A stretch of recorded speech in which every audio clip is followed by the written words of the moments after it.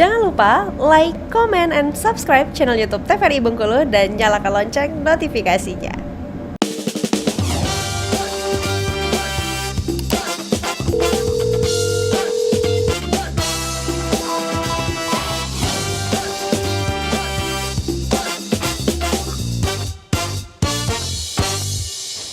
Baik pemirsa, terima kasih Anda kembali menyaksikan Dokter Kito. Kembali kita langsung ke Dokter Else nih, karena semakin menarik ya dokter ya. Semakin bertanya-tanya sebenarnya mengapa ini anxiety disorder ini semakin booming terus menerus gitu, semakin banyak. Oke, kita lanjutkan ke materi hari ini dokter. Oke, tadi udah cukup lengkap ya dijelaskan sama dokter Reni seperti itu ya, tentang gangguan panik itu ada gangguan anxiety disorder itu ada banyak ternyata jenis-jenisnya. Jadi kalau kita bilang gangguan ansietas menyeluruh ya, kalau ini ya prevalensinya itu kalau menurut data itu paling banyak pada perempuan, 2:1 dibanding laki-laki seperti itu ya. Dan onsetnya banyak terjadi di insiden pada usia 35 sampai 45 tahun ya.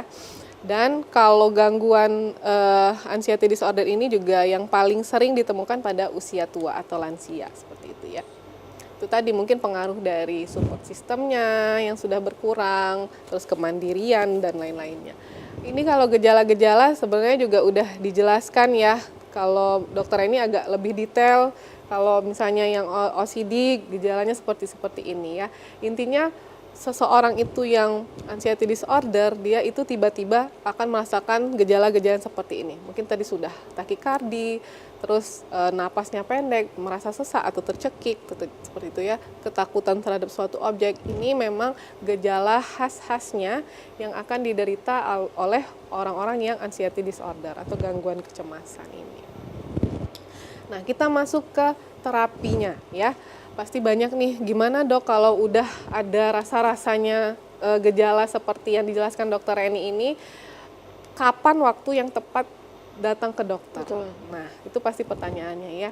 Apakah harus ke dokter umum dulu, apa harus langsung ke dokter jiwa? Ya, utamanya mungkin bisa ke dokter umum dulu atau ke vaskes tingkat pertama dulu yang terdekat, baik puskesmas maupun di klinik. Nanti akan didiagnosa sesuai dengan jenis yang dipaparkan oleh dokter Reni. Apakah ini masuk ke gangguan panik atau gangguan cemas menyeluruh atau agorafobia atau OCD dan lain-lainnya seperti itu ya. Sayangnya kalau untuk yang anxiety disorder ini, dia tidak hanya obat-obatan aja atau medisin aja. Dia harus dibarengi dengan psikoterapi ya. Nah, psikoterapi ini yang mungkin akan ditemui ke spesialis jiwa biasanya atau psikiatri.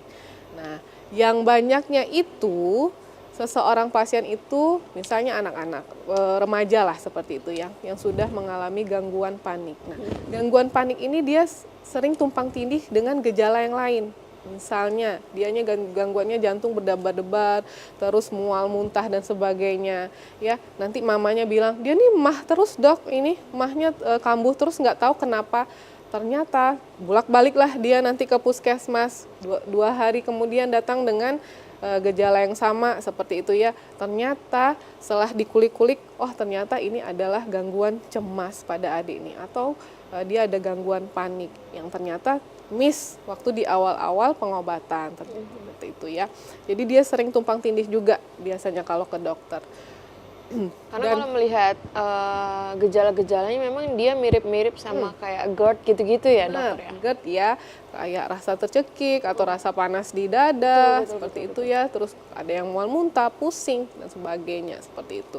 Jadi selain dari penyakit fisiknya seperti itu ya, biasanya juga akan ditanya, ini apa ada stres? Misalnya kalau anak-anak yang lagi mahasiswa atau mahasiswi ada lagi nyusun skripsi, biasa saya tanyain nyusun skripsi, pola makannya gimana, pola tidurnya gimana, tidurnya cukup atau enggak, biasa akan saya tanya seperti itu.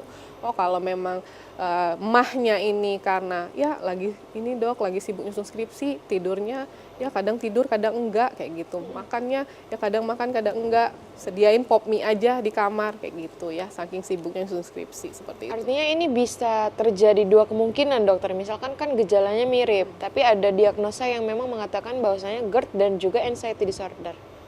Ya, Tapi kalau kita bicara anxiety kan tadi ada ya, ada rentang waktunya di mana kalau sudah waktu tertentu itu sudah secara secara berkesinambungan terjadi terus-menerus, baru kita diagnosa ke anxiety. Tapi kalau cuma di suatu waktu atau cuma saat periode dia penyusunan skripsi aja, kita enggak ke sana. Kita cuma misalnya dispepsia karena stres dari skripsi tadi ya. Jadi psikoterapi itu ada terapi kognitif perilaku ya, tadi sudah disinggung oleh Dokter Reni. Jadi nanti dokter jiwanya mungkin akan ya kayak sharing konsultasi seperti itu ya dengan pasiennya, terus nanti akan dipilih-pilih terapi mana yang cocok dengan pasien ini. Tergantung derajatnya, derajat ringan, sedang, berat dalam seseorang pasien itu. Terus terapi desensitisasi. Nah, kalau terapi desensitisasi ini mungkin yang lebih tepatnya pada pasien-pasien yang fobia. Misalnya ada yang fobia kucing tadi ya, mungkin ada juga yang fobia terhadap kecoa, cicak, seperti itu ya, yang berlebihan yang tidak bisa dia kendalikan sendiri, seperti itu ya. Nah, nanti desensitasi ini dia itu terapinya itu dia akan dipaparkan dengan hal yang dia takuti itu, misalnya dia takut dengan kucing. Nanti dia akan terapinya akan dihadapkan dengan kucing, objek yang real seperti itu, tapi mungkin dengan jarak tertentu dulu. Mungkin sekarang jarak 10 meter dulu tuh dia lihat kucingnya. Oke, dilihat responnya hari ini terapinya. Apakah masih belum bisa terkendali, besoknya diulang lagi dengan jarak 8 meter sampai dekat sampai dianya itu tidak berkurang rasa takutnya terhadap suatu objek tersebut, seperti itu ya. Terus terapi relaksasi, terapi suportif seperti. Kalau terapi obat-obatan dia ini sebenarnya ada beberapa ya. Ada anti-ansietas, yaitu untuk mengurangi gejala gangguan ansietasnya atau kecemasannya, fobianya ataupun serangan paniknya. Kalau ini sih harus dengan resep dokter ya. Kami pun dokter umum harus banyak persyaratannya kalau mau meresepkan obat ansietas ini. Perlu tanda tangan, perlu nomor SIP dan sebagainya ya. Tidak bisa sembarangan kami memberinya.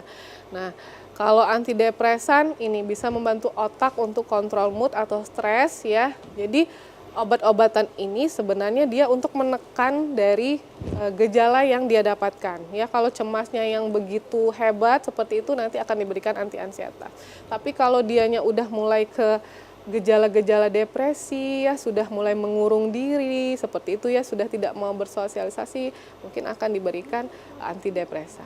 Sekali lagi ini perlu resep dari dokter. Tapi untuk konsumsi obat ini jika sudah merasa sembuh pasien apa boleh lepas dari obat, dokter? Itu evaluasi. Jadi biasanya kalau orang-orang dengan khususnya dengan anxiety disorder ini ya, ataupun dengan penyakit kejiwaan lainnya, dia biasanya long terapi, long evaluasi seperti itu ya. Mungkin agak cukup panjang dari pengobatannya dan juga long evaluasi. Jadi sambil dari meminum obat dengan terapi-terapinya, dia akan ada evaluasi sekalipun akan dinyatakan sembuh, tetapi biasanya akan tetap diberikan obat untuk jangka tertentu. Misalnya 2 bulan pasca dinyatakan sudah bebas dari anxiety disorder, tetap diberikan untuk obat untuk maintenance-nya dulu sambil dievaluasi. Artinya untuk anxiety disorder ini ada kemungkinan untuk sembuh ya, dokter ya? Pasti ya. Kalau saya bilang sih kayak orang-orang yang depresi, orang-orang yang PTSD tadi ya, post traumatik itu dia kemungkinan sembuhnya sangat besar. Tapi ya itu tadi harus ada terapinya, support sistemnya yang baik seperti itu ya. Karena kan dia ada pemicunya ya. Kalau kita bisa, sebenarnya kan kita nih semuanya punya kecemasan, betul. Punya rasa trauma tersendiri. Tetapi kalau bedanya kita dengan pasien ini kan, oke, kita hari ini cemas terhadap misalnya mau tampil nih di dokter Kito, tapi kita alihkan, oh ini memang harus saya hadapi, nanti akan selesai dan saya akan lebih menghadapinya lagi, fight dengan suatu permasalahan tersebut. Tetapi beda dengan orang yang cemas ini, dia tidak bisa mengendalikan itu. Oh, dia bahkan orang-orang ini mencemaskan sesuatu yang belum terjadi. Nah, ini sering kali terjadi. Overthinking nih kalau kata anak-anak sekarang ya, terlalu overthinking. Nah, itu yang sangat disayangkan seperti itu. Oke, akan kita lanjutkan dokter ke psikoterapi selanjutnya setelah jeda.